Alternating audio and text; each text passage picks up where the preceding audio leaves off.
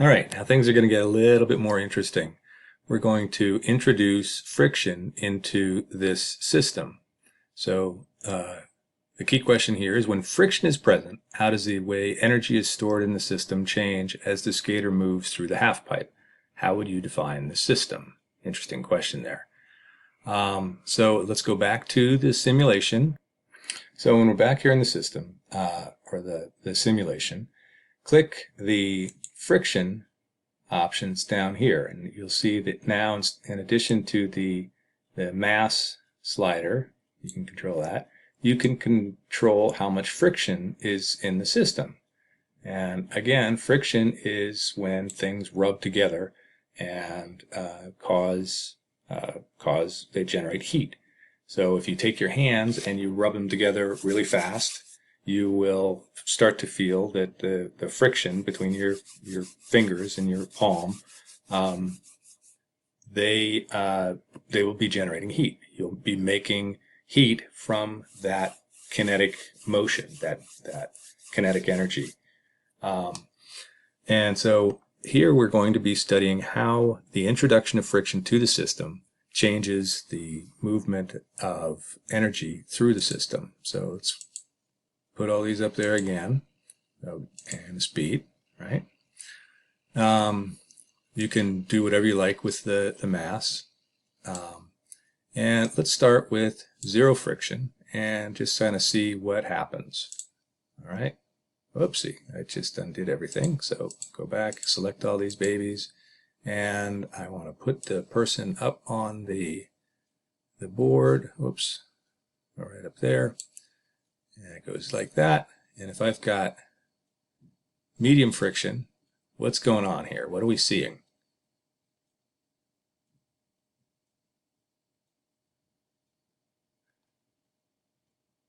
It's getting to be like a gigantic orange Pac-Man, right? Now let's restart that. Boom. Now let's change the friction down to none. Let's start them up again. Let's drag them up to the top. And zero friction. So this is going to be the situation that we had before, right? All right, so now let's increase the friction. Well, let's look at it's going back and forth between kinetic and potential again. Thermal energy, which is energy that is generated by friction, basically raising the temperature of things, isn't growing, right? So let's increase the friction a little bit, see what happens. Okay, so it looks like when the kinetic energy is really high, the friction, or the thermal energy, increases quickly, and ultimately all of the energy becomes thermal energy. So question, a couple of things to observe. What is the relationship between the total energy and the three different types of energy we're considering now? The kinetic, the gravitational potential, and the thermal energy. So the total is the addition of all those, yeah? All right, so what happens when when friction's in the system? So some of the energy is lost from kinetic and potential and becomes thermal energy, right? Let's go back while we're doing our observations and read the question again. All right, so if we go to here, when friction is present, how does the way energy is stored in the system change as the skater moves through the half pipe? So what would you say? When friction is present, the amount of energy that is stored as thermal energy increases as the motion continues. Ultimately, what happens to all of the energy that was stored in the system? Now here's another question that is interesting. How would you define the system if you're thinking about it in these terms? So let's go back to the simulation. So you probably want to have the skateboarder and the track. I mean, you don't really need to include the mountains or any of the other stuff, I don't think, but that's up to you. The friction could be air friction, right? This guy he's not wearing a spacesuit, so he's probably going through air. Some of that friction is going to be due to the air that he's pushing aside. Some of it's probably due to the wheels that he's got, the bearings.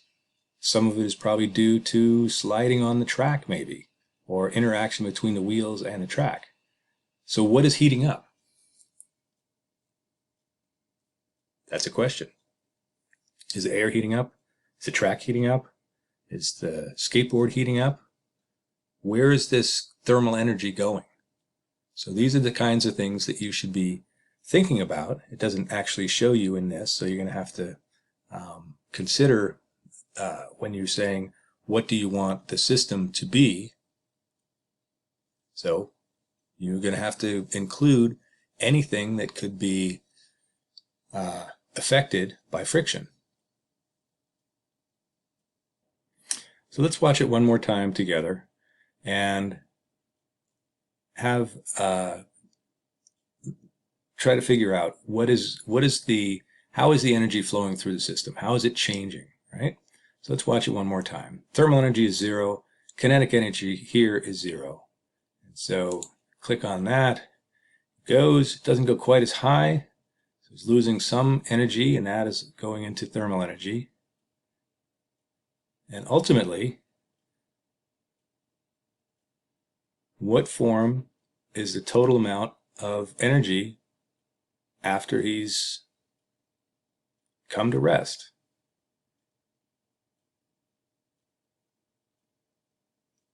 So it comes totally to rest, boom. So these are, you'll have to think through what scenarios, what places, what states do you want to capture in order to compare how these factors change the flow of energy through the system, and how you answer the question. So consider all that, and give me a call or email me if you have trouble answering the questions. First, really try and use your classmates as your first resource. Feel free to talk about this. So good luck.